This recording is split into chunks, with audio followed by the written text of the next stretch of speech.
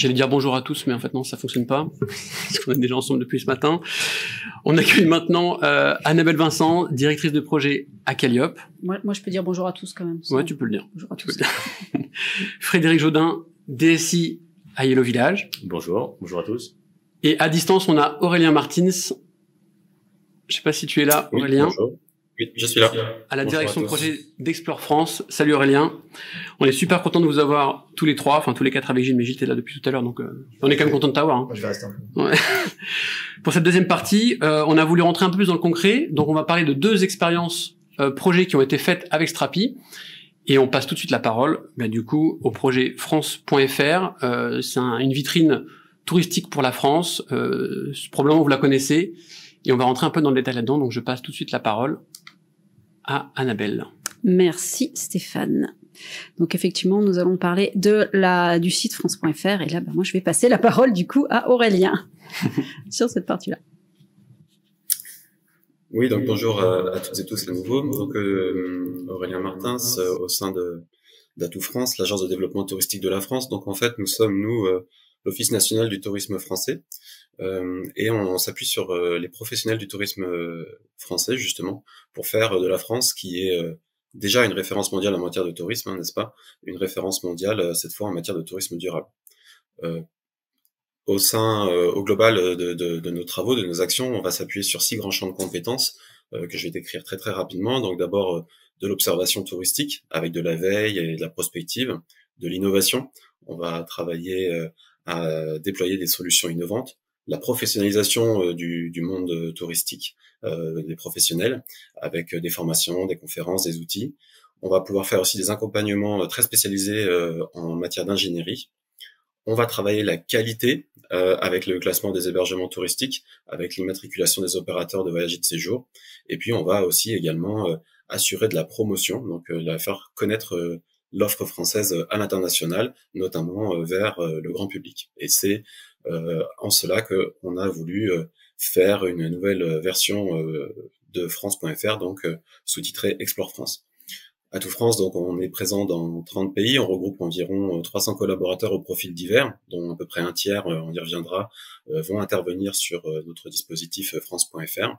Et on a pour vocation à être au plus proche possible de nos potentiels visiteurs pour leur permettre de venir en France et de découvrir, ou comme on l'indique, de redécouvrir la destination France.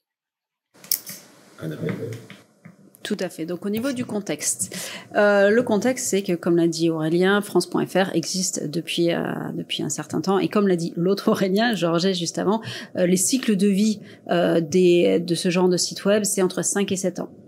La fin du cycle de vie du premier France.fr arrivait à échéance, et il y avait vraiment un enjeu de délai. Enfin, sur le contexte, on avait vraiment du délai. L'objectif était vraiment de promouvoir la France pour les Jeux Olympiques et Paralympiques de Paris, qui vont donc de juillet à septembre 2024, comme vous le savez certainement tous. Donc le délai de réalisation était relativement court, parce qu'on s'est mis sur le projet en septembre 2023. Il y avait aussi d'autres enjeux stratégiques, tels que marquer la notoriété de la France, comme il a été dit, cibler vraiment les bonnes audiences et les bons marchés, et avoir une plateforme multilingue. France.fr, c'est vraiment un site pour promouvoir le tourisme pour les Français et pour l'étranger. Donc on avait 2 options. Soit on prévoyait une phase d'acculturation des métiers à ce qui existait déjà, donc on continuait à fonctionner avec l'architecture actuelle, soit on adaptait vraiment le back-office au métier des contributeurs. Important à savoir également, c'est qu'on avait 2 typologies d'utilisateurs finaux pour ce site-là. Aussi bien les contributeurs, donc vraiment sur la partie back-office, mais également les internautes comme vous, comme nous, qui vont sur le site France.fr pour permettre de savoir où est-ce que je vais en vacances cet été, ou quels sont les plus beaux lacs de France à aller voir. Donc on avait vraiment cette autre typologie d'utilisateurs finaux à voir. Pour donner quelques chiffres, France.fr, c'est à peu près 23 millions de pages vues. C'est 75% du trafic proviennent de l'Europe, dont la France. Il y a 16% qui proviennent de l'Asie. Le reste, c'est plutôt Amérique du Nord, Amérique du Sud et le reste du monde. Et à peu près 2 tiers des personnes viennent à partir d'un mobile pour visiter le site France.fr. Je te repasse la main, Aurélien, pour les enjeux. Oui, donc en fait, au niveau des enjeux généraux de l'agence, au-delà même de France.fr, mais qui transpire à travers France.fr, Explore France, donc un premier enjeu de positionnement de la France en tant que destination durable, donc avec l'objectif de favoriser une meilleure répartition des flux sur le territoire. Ça signifie une meilleure présentation de l'information en matière d'espace et de temps sur notre site web, de valoriser les offres qui sont remarquables, donc la nécessité de bien pouvoir mettre en avant ce qui fait sens, sensibiliser le grand public en fonction de la sensibilité à ces enjeux, donc de bien mettre en avant sur notre site ces informations de destination en tant que destination durable. Pardon. Consolider l'attractivité des destinations, ça revient en fait à continuer à séduire nos clientèles les plus fidèles et à haute contribution, mais de les amener en fait à essayer de se diversifier, de changer leurs habitudes, voire potentiellement de prolonger leur séjour en consommant de façon un peu différente leur tourisme habituel. Et puis enfin, bien entendu, capitaliser sur les GESI. Alors on parle là de 2023-2024, on se rappellera de la Coupe du Monde de rugby. On a les Jeux Olympiques qui arrivent plus que prochainement, mais également dans le futur, potentiellement des événements nouveaux, tels que les JO d'hiver 2030. Donc on parle nous aussi d'un temps d'exploitation assez long. On se projette sur vraiment plusieurs années avec notre nouveau dispositif.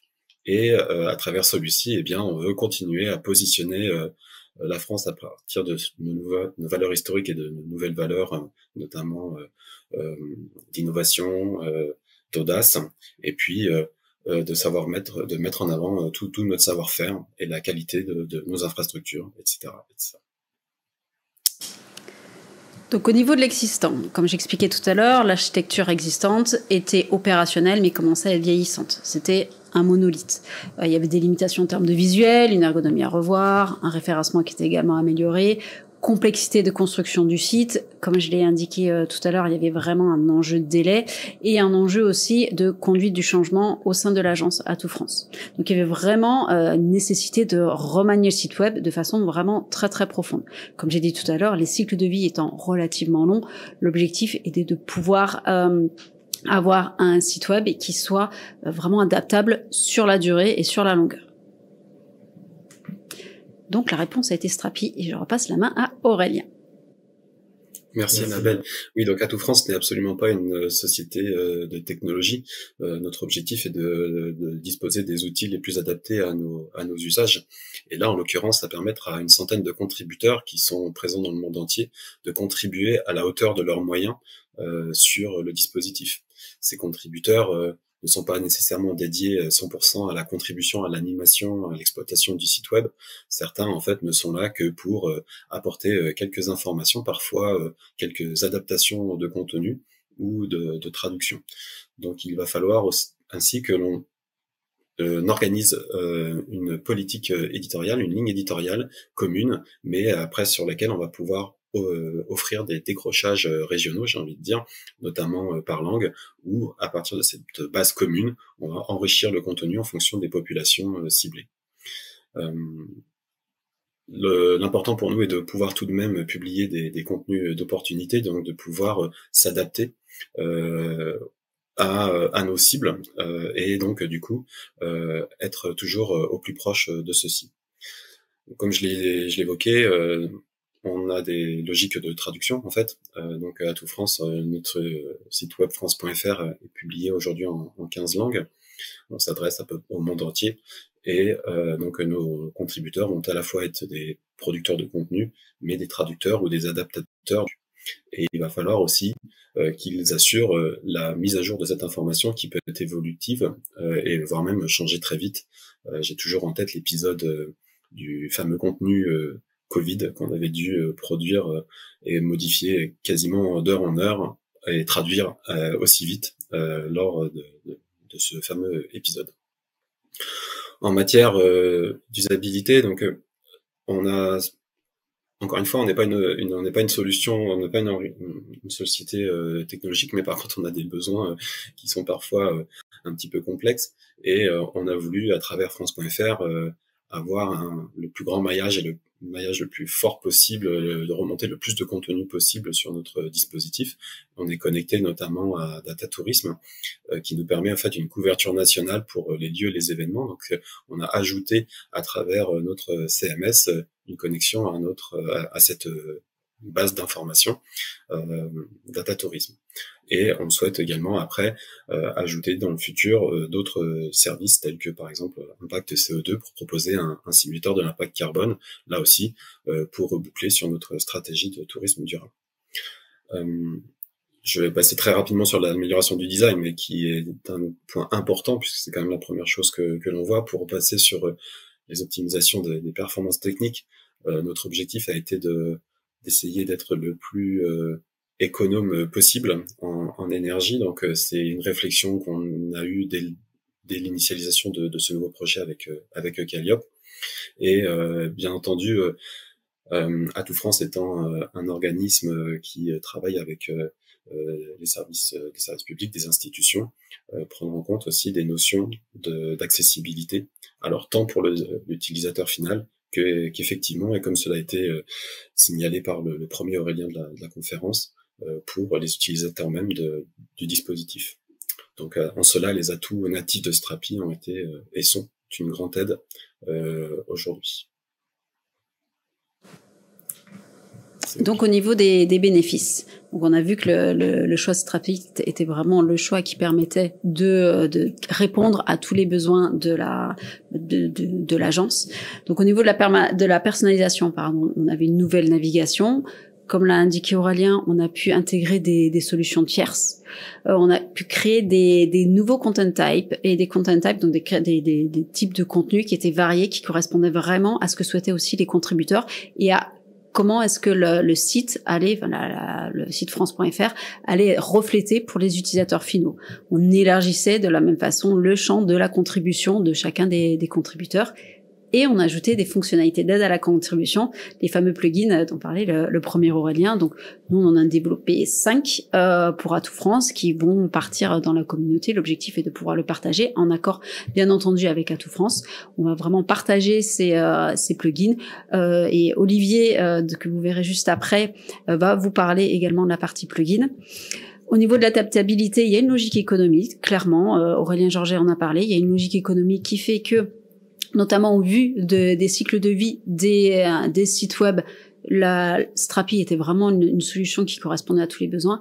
Et on a pu migrer des données. On est parti d'un autre CMS pour aller dans Strapi. On a migré à peu près 100 000 contenus. Donc c'est vraiment quelque chose de conséquent. Comme je disais tout à l'heure, le site existe, je ne m'abuse, depuis 2018, voilà, à peu près. Donc il fallait migrer quand même ces contenus parce que c'est pas parce qu'on change de CMS qu'on va totalement enlever et repartir, faire une remise à zéro, faire un RAZ et avoir un site totalement vide. Il y avait vraiment la migration de données à faire, du mapping à faire. Donc il y a eu vraiment un gros travail de la part des équipes pour pouvoir prendre d'un CMS à un autre, et cette partie migration de données vous sera un petit peu plus détaillée par Baptiste également tout de suite après dans la conférence. Au niveau des points forts, donc sur la partie technique, on l'a déjà été expliqué, c'est vraiment agnostique de toute technologie. On est sur quelque chose de headless, on peut mettre les technologies que l'on veut derrière. Là sur ce schéma, vous voyez, on a du data tourisme, on a mis de l'Elasticsearch également, on a développé en Nux, enfin voilà, tout le fameux slide aussi dont parlait Marc, qui sont mis dans toutes nos propositions commerciales. Il y avait des opportunités technologiques qui permettaient vraiment de répondre aux contraintes opérationnelles de l'agence. Je vais revenir quelques années en arrière. Donc en 2018, le site France.fr, c'était plutôt un magazine. Là, c'est plutôt vraiment immersif et pouvoir indiquer aux personnes, voilà, elle est là, etc., pour vraiment promouvoir le tourisme de la France. Donc on a vraiment des tech et de façon très facilitée. Des temps de déploiement rapides. On parlait de l'initialisation, l'installation. On peut déployer de façon rapidement, que ce soit donc on-premise sur le cloud. Nous, on a décidé avec Atout France et France.fr de passer dans le cloud. On a vraiment des temps de déploiement rapides. Les imports de contenu facilités, la migration dont je parlais tout à l'heure et dont va vraiment appuyer Baptiste aussi tout à l'heure, et une forte évolutivité et une grande communauté. Aurélien Georget nous en a parlé, cette communauté a été très très importante pour nous et a permis vraiment à pouvoir promouvoir cette, comme quoi Strapi permet de répondre aux besoins vraiment de nous par rapport à Atout France. Et sur la partie métier, je te rends la parole du coup, Aurélien. Oui, merci Annabelle. Et sur la notion de contributeurs multiples, effectivement, comme je l'évoquais, on a une centaine de contributeurs. Chacun a un rôle qui lui est propre, parfois dans une langue donnée, parfois dans une typologie d'information donnée. Donc, avec Strapi, on a pu construire une gestion des rôles adaptée à nos usages.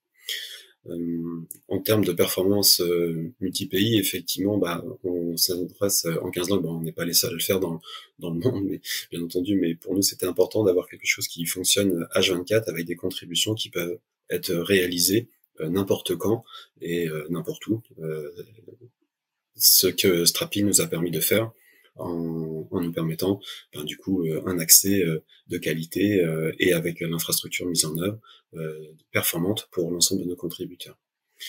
Un point important également qui a déjà été indiqué dans la conférence, c'est la prise en main qui est relativement aisée. Ce qui est intéressant en fait, c'est que le mode opératoire est facilement reproductible d'un content type à un autre. On n'est jamais vraiment perdu dans l'interface et tout utilisateur, même assez néophyte, peut vite devenir opérationnel sur la construction d'un contenu. Et même plus que ça, en fait, la modularité des content types nous permet des conceptions de pages relativement complexes avec des notions, par exemple, des types de contenus tels que des itinéraires, avec des content types qui vont s'imbriquer les uns aux autres. Et toujours en gardant ce même mode opératoire, toujours en gardant cette même facilité de contribution, eh bien, on peut arriver à produire des résultats qui, à l'écran, sont assez valorisants, tant, je pense, pour l'internaute qui le consulte, pour que le contributeur qui a réalisé le contenu. Et puis, j'ajouterai juste une petite mention sur le côté Made in France, qui est quelque chose qui est, même si ce n'est pas forcément quelque chose qu'on va rechercher de façon absolue, mais qui pour Atout France, qui est l'agence, encore une fois, qui va promouvoir le tourisme français, et bien pouvoir exposer ou directement ou indirectement, parce que Strapi, on l'affiche pas forcément en grand sur notre site, mais il est facile de découvrir comment on travaille. Il suffit de nous poser la question. Et bien, c'est important pour nous de promouvoir ce genre de solution. Avec Annabelle, on a préparé également quelques petits slides rapidement pour vous montrer comment ça fonctionne chez nous. L'idée étant d'éviter le fameux effet démo, donc ça sera un peu du statique, mais de vous présenter rapidement comment un contributeur va opérer et comment la contribution va avoir un impact direct sur la restitution en front office, notamment pour des contenus, comme je l'ai dit, complexes, en tout cas complexes à notre niveau. Donc là, nous sommes sur la homepage de France.fr. Tu peux dérouler, Annabelle, s'il te plaît. On parcourt la homepage, on va sélectionner un contenu, donc ici notre top des villes françaises. On va pouvoir consulter ce contenu, tu peux y aller. En scrollant dans ce contenu, on va pouvoir repérer différentes conceptions et notamment un rubricage, ce qui va nous permettre de dynamiser la présentation de cette information qui peut être pourtant un peu longue, mais qui reste parfaitement lisible tant en desktop qu'en mobile, puisqu'aujourd'hui, du trafic mobile, représente une écrasante majorité du trafic sur le site.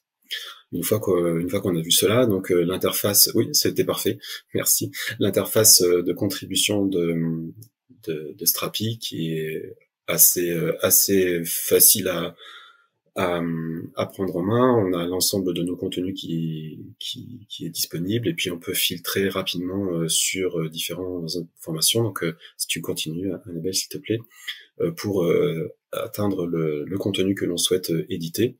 Et ensuite, une fois qu'on entre dans l'édition de ce contenu, on peut très rapidement venir compléter les différents champs. Donc il y a plein de possibilités qui sont offertes en matière de contribution, et nous notamment, chaque petit bloc si tu poursuis, Annabelle, s'il te plaît, chaque petit bloc va pouvoir, encore une fois, désolé, je suis allé un peu trop vite, mais va pouvoir être ajouté et contribué, là encore une fois toujours avec une méthodologie simple de saisie.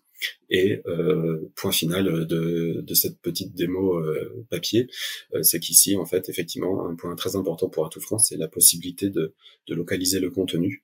Et ici, vous avez le même contenu qui a été traduit par nos collègues coréennes, et donc disponible pour tous les visiteurs coréens du site France.fr. Voilà.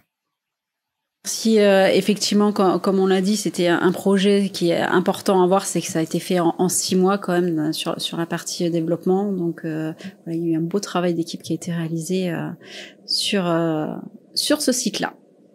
Et c'était tout pour moi. Aurélien, merci c'est bon beaucoup. Pour toi. Je regarde, on a quelques questions. Je sais pas si c'est le bon moment d'y répondre. La question de Nicolas, je pense qu'on pourra en parler tout à l'heure. C'est sur un exemple de conception d'un content type. Peut-être qu'on pourra en parler avec Olivier ou avec Baptiste. Ouais, complètement. Et je crois que c'est tout. Désolé. Pas de souci. Merci Aurélien, à distance. Merci Annabelle, merci à toutes et tous. D'avoir plongé dans les coulisses du site France.fr. Merci Annabelle, merci beaucoup Aurélien d'avoir accepté l'invitation et d'avoir joué le jeu à distance. On va passer maintenant à une deuxième expérience, un deuxième retour, un deuxième témoignage, c'est celui de Yellow Village. Donc, je passe tout de suite la parole à Frédéric Jodin. Et Gilles aussi. Je t'avais oublié en fait. Bien. Merci de votre invitation. L'occasion de parler de tech avec vous est un vrai plaisir. Donc moi je vais pas vous parler de paella, je vais continuer à vous parler de vacances quand même dans le thème, puisque j'ai passé les slides. Donc je vais vous présenter Yellow Village en quelques mots et quelques chiffres. Donc Yellow Village depuis bientôt 25 ans, c'est une franchise qui regroupe des propriétaires indépendants de villages de vacances haut de gamme. Donc c'est des villages qui sont qui possèdent des hébergements de type camping 4-5 étoiles et qui proposent des prestations et des services pour les clients qui sont sur les sites, qui peuvent soit effectivement passer toutes leurs vacances ou se promener autour toutes les vacances sur le site ou se promener autour et visiter les lieux autour du village. Aujourd'hui, on est présent dans une centaine de destinations en France, un peu partout, du nord jusqu'en Corse. On a une dizaine de villages en Espagne, quelques-uns au Portugal, et on devrait, en principe, cette année ou l'année prochaine, planter notre premier drapeau en Italie. Nous avons une clientèle qui est européenne, la moitié est une clientèle française et l'autre moitié vient des pays frontaliers ou juste à côté, les Hollandais, les Néerlandais, les Allemands, qui sont des gros consommateurs de ce type de vacances. Et donc la promesse de Yellow, c'est pour le résumer, c'est à la fois promettre à nos clients une expérience de vacances à échelle humaine, puisque ce sont les propriétaires qui reçoivent ces clients. Les propriétaires savent à quel point ils sont là. Par définition, ils sont là dans la durée, savent à quel point un client content a de la valeur, et donc ils vont mettre tout ce qui est possible en place humainement pour que nos clients passent de bons moments dans leur village. Et pour les franchisés, les propriétaires, c'est la franchise, c'est la force d'un groupe qui va pour eux les commercialiser, gérer leur prix dynamiquement pour les adapter au mieux au marché en temps réel. Et puis tout le marketing de la marque. Donc en quelques chiffres, je vous ai mis quelques chiffres qui datent un peu, mais qui sont représentatifs. Donc c'est 250 millions de chiffre d'affaires, 2 millions de nuitées vendues par an. On a 13 millions de vues sur nos sites. 530 critères, ça c'est les critères que nos franchisés doivent respecter pour respecter les normes qualitatives de Yellow. Et nos propriétaires dans le réseau investissent tous les ans des dizaines de millions d'euros pour toujours mettre à niveau au top leurs infrastructures d'accueil. Donc la franchise, là on va rentrer un peu dans le vif du sujet. Donc la franchise c'est 38 personnes aujourd'hui, composées d'équipes marketing, de vente et technique. Le système d'information, c'est environ une quarantaine d'applicatifs qui sont hébergés soit en SaaS, soit en mode SaaS, soit dans différents clouds. Là, avec Calliope, donc on travaille principalement sur les frontaux web, donc qui sont les points d'entrée principaux pour nos clients afin de découvrir l'offre, le détail de tous les produits, tous les types d'hébergement, tous les services que l'on propose. Donc ils vont aussi retrouver les disponibilités, les prix, etc. sur ces frontaux. Ça représente ces frontaux là que je présente, je vais rentrer un peu dans les détails, représentent 70% du chiffre d'affaires de la marque. Donc on a en tout on a une centaine de sites qui se divisent en deux. Donc il y a le site yellovillage.fr et ses déclinaisons en 6 langues, qui est le gros, qui sont les vaisseaux amiraux, on va dire, en termes de web.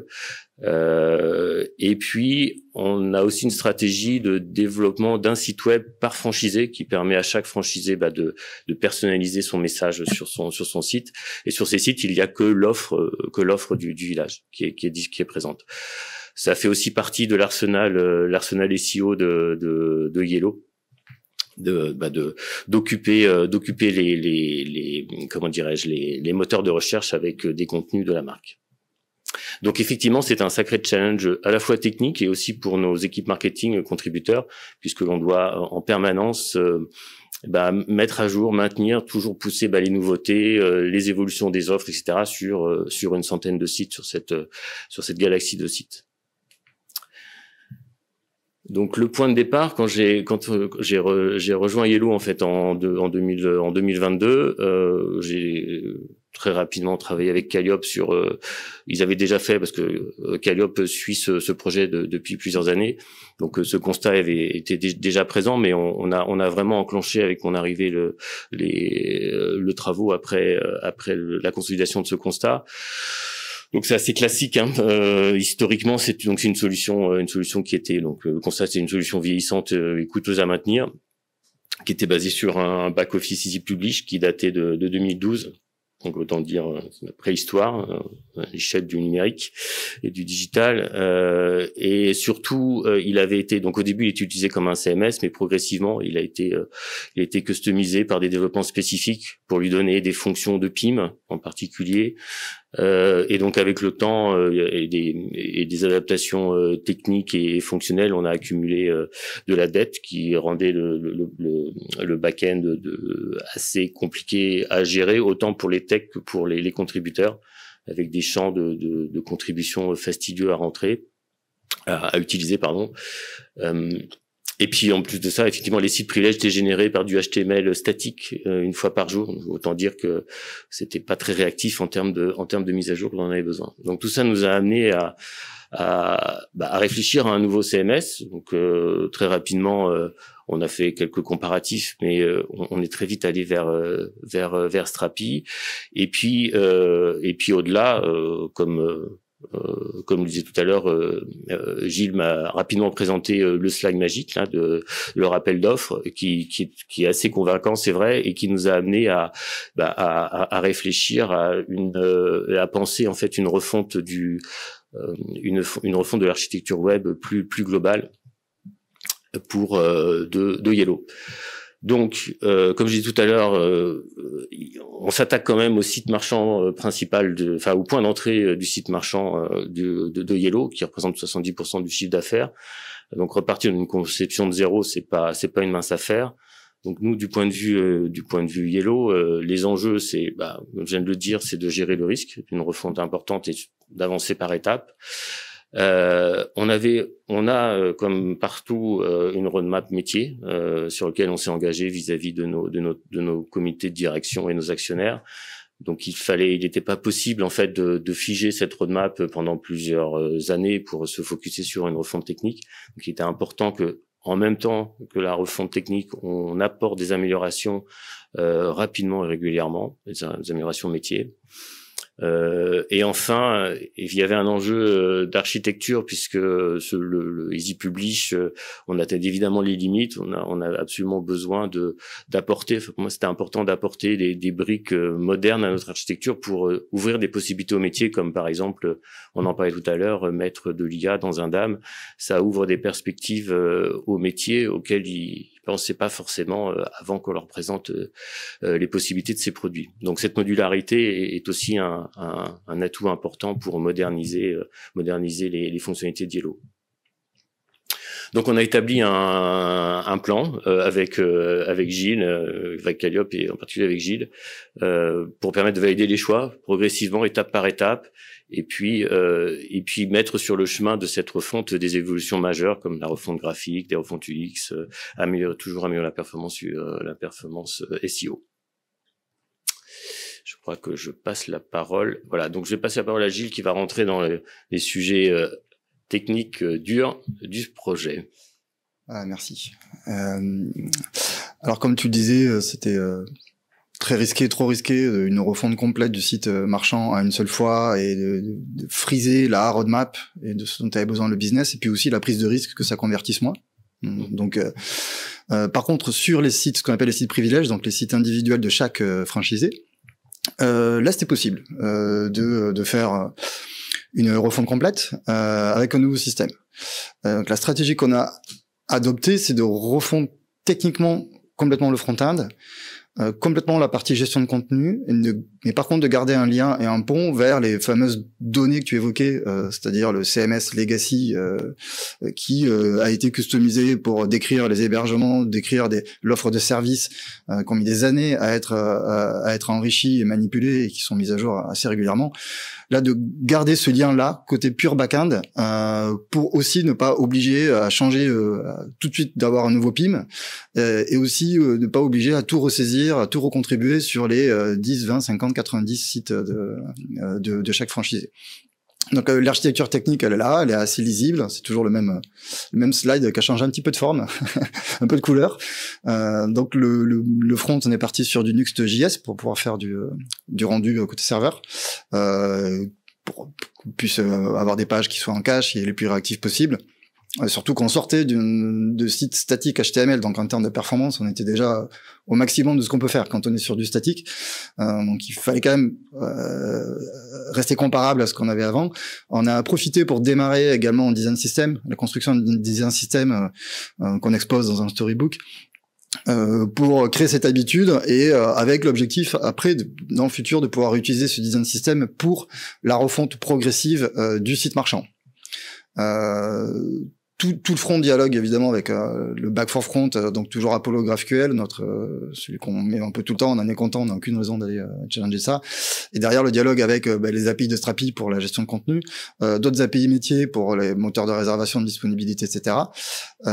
Et les API du CMS Legacy, que au passage, on a rajouté des API qui étaient pas là pour pouvoir dialoguer avec du JSON sur la liste des hébergements, les données du village, etc. Et permettre ce lien-là. Voilà. On a aussi commencé à déployer sur Amazon et Kubernetes pour mettre un pied dans de l'intégration continue et du déploiement continu. Et tout ça en perspective à la fois de refaire l'usine à sites de ces sites de franchisés, mais aussi de mettre à l'épreuve la stratégie technique, l'architecture pour la future refonte du site marchand. C'est quand même plus rassurant de l'avoir fait déjà une première fois avant de d'attaquer le chantier d'une deuxième fois. Alors un petit exemple, j'évoquais la non-obligation de tout recontribuer, puis le lien avec le PIM. Donc ici, vous avez un exemple à droite d'une page bien-être, je me semble que c'est ça, c'est une page qui décrit les services bien-être dans un camping. Vous voyez que sur la partie haute, typiquement, aujourd'hui, les contributeurs ne sont pas obligés d'aller recréer les diaporamas dans Strapi. Ils peuvent, dans un premier temps, aller sélectionner les diaporamas qui existent déjà dans l'ancien CMS. Donc, on a développé à gauche un petit plugin dans Strapi qui utilise le design system de Strapi. Donc, l'utilisateur, lui, ne se rend pas compte que c'est un plugin. Et ici, le contributeur peut auto-compléter parmi les diaporamas disponibles dans l'ancien CMS pour venir les sélectionner et qui viennent s'afficher directement en front-end. ils ont un autre type de contenu qui leur permet de faire exactement le même rendu front-end, mais dans Strapi. Et comme ça, ils peuvent migrer progressivement selon leur temps utile. Voilà. Et le jour où il n'y aura plus de lien avec l'ancien CMS, on supprimera ce type de champ pour qu'il ne soit plus utilisé.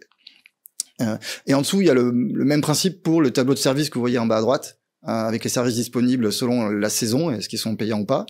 Donc de la même façon, ils viennent sélectionner les tableaux de service. Donc ici, c'est les activités dans le village pour le bien-être, pour qu'ils s'affichent directement en front-end sans avoir besoin de reconstruire le tableau. Et le jour où Yellow aura migré vers un autre PIM, choisir un autre PIM, eh bien cette migration-là sera automatiquement faite pour tous les franchisés qui n'auront pas besoin d'aller ressaisir quoi que ce soit, ou il n'y aura pas besoin de se préoccuper de l'impact en front-end non plus. On pourra faire le mapping au niveau de Apollo GraphQL pour ça, pour faire le branchement d'une nouvelle API et débrancher l'ancienne API. Voilà, un petit mot sur la partie Kubernetes et déploiement de l'usine à site. Strapi n'est pas un CMS multi-site en soi, c'est-à-dire qu'on ne peut pas, avec une seule exécution de Strapi, brancher plusieurs bases de données pour propulser plusieurs sites. Il faut cloner les Strapi dans des containers pour cela, ce qui en soi n'a pas été un problème ou un frein. Au contraire, c'était un gros avantage, que ça permet typiquement de déployer 5 premiers sites en pré-prod, d'en basculer qu'un seul en prod, d'en avoir de pouvoir gérer tous les environnements, de backuper plus facilement, de activer, désactiver, de cloner. Voilà, le fait qu'on containerise Strapi, ça permet une grande modularité quand on a besoin de produire dans le temps un catalogue de beaucoup de sites, mais pas en une seule fois, de façon progressive. Donc on a un container par Strapi qui est branché à sa base de données. La partie back for front et Nux, elle, par contre, elle est mutualisée. C'est un cluster d'Apollo GraphQL qui tourne et qui sert tous les fronts, et le front Nuxt également est le même code pour voilà. Ce qui permet de différencier chaque front, c'est le nom de domaine et la langue en fait. Donc chaque domaine, chaque langue envoie est récupéré par le Nuxt qui lui-même envoie cette information à GraphQL qui lui-même vient router vers le bon Strapi dans la bonne langue pour aller chercher le bon contenu. Voilà. J'ai une petite question. Oui. Dans le contexte d'industrialisation, une personne demande, est-ce qu'en fait on a mis en place une gateway? Est-ce que ça a été utilisé ou pas? Est-ce qu'on a mis en place une gateway? J'ai pas le contexte du... Alors, il faudrait préciser... Ouais, il faut préciser gateway. Roy, je sais pas si c'est son prénom ou son pseudo, il faut préciser. Pour continuer en attendant la précision, donc aujourd'hui, un site d'un franchisé se déploie en lançant un script. On n'est pas allé jusqu'au bouton magique, parce qu'on a quand même besoin de monitorer, d'observer ce qui se passe quand on génère un site. Parce qu'il y a un certain nombre d'étapes. Après, il faut venir brancher le nom de domaine, le certificat, etc. Donc, mais ça prend quelques minutes de générer un nouveau site. On est même allé jusqu'à faire du scrapping de l'ancien front-end pour récupérer un maximum de données et venir alimenter le Strapi avec tous les contenus qu'on a pu déduire ou récupérer de l'ancien front-end, pour que le contributeur, quand il arrive dans son Strapi, il ait déjà un maximum de choses qui soient prêtes et qu'il ait quasiment rien à faire ou à recontribuer lui-même. Voilà. Et... Donc, comme on le disait, c'est pour la partie site marchand, maintenant qu'on a appris de cette expérience-là. Pour la partie site marchand, qui va prendre plus de temps, il y a beaucoup plus de fonctionnalités dans le site marchand, c'est de là que vient le revenu, donc c'est plus critique. On a plutôt établi une stratégie de démantèlement et de remplacement, ce qu'on appelle des feuilles dans notre vocabulaire à nous, mais il faut le voir fonctionnalité par fonctionnalité.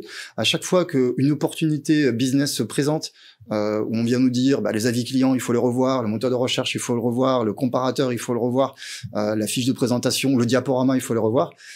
À chaque fois de saisir cette opportunité pour le redévelopper sur la nouvelle infrastructure, avec le nouveau front et le petit bout de nouveau front de la fonctionnalité unitaire, de venir l'encapsuler dans le site. Par ce qu'on appelle du micro-front-end, de venir encapsuler ce nouveau front dans l'ancien front, jusqu'au moment où on espère il n'y aura plus d'ancien front, où ce sera juste un squelette vide qui ne fait que agréger des nouveaux fronts, et on pourra à ce moment-là enlever complètement l'ancien CMS et l'ancien front pour être full Strapi de bout en bout. Voilà, alors je passe directement la main sur... parce que c'est un peu d'érodite. Ok.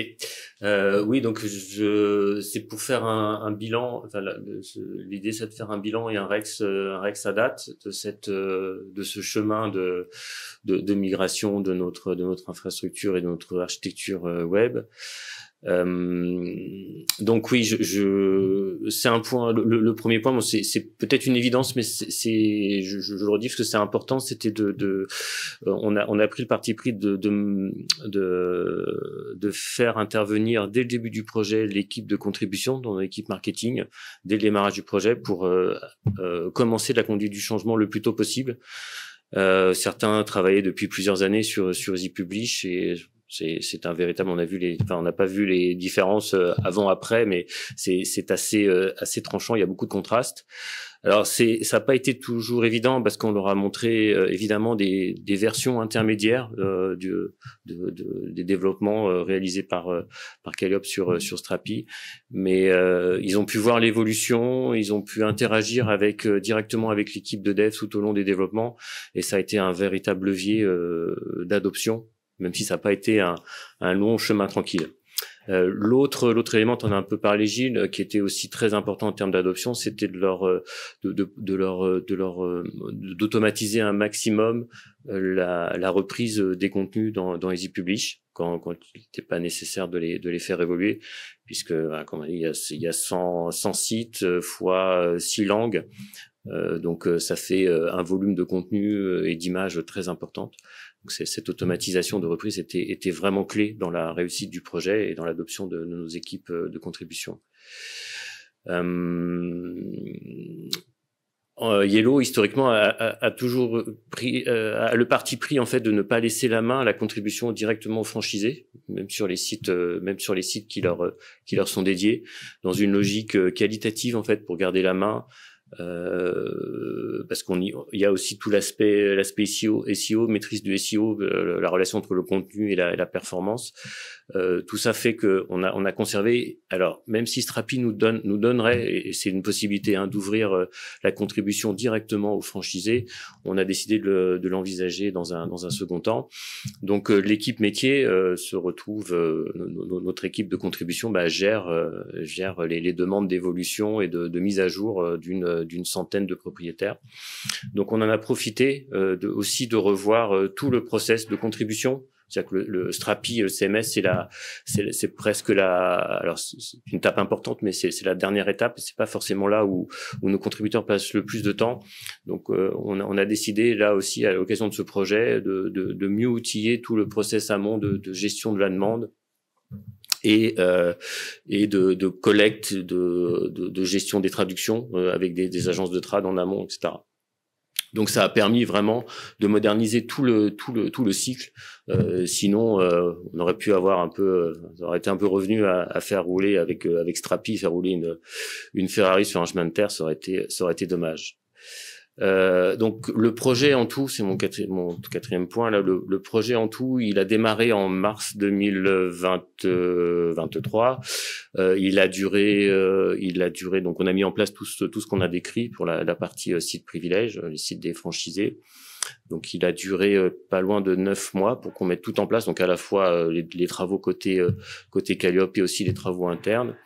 Mais une fois que tout était en place, l'automatisation des process, etc. Donc on a pas mal carburé puisqu'on a migré 50 sites en 4 mois, quoi, en début d'année.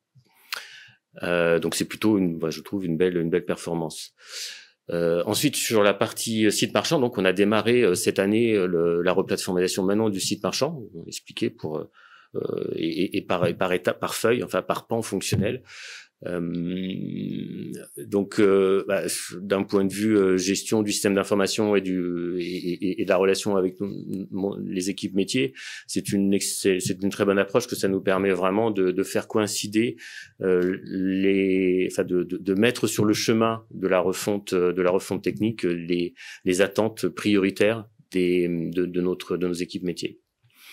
Donc là, typiquement, on a refondu tout un pan de la sélection des produits avec la possibilité de faire des recherches par date flexible et non plus seulement par date précise. Et on l'a fait sur la nouvelle technologie grâce à ce système de feuilles dont parlait Gilles tout à l'heure.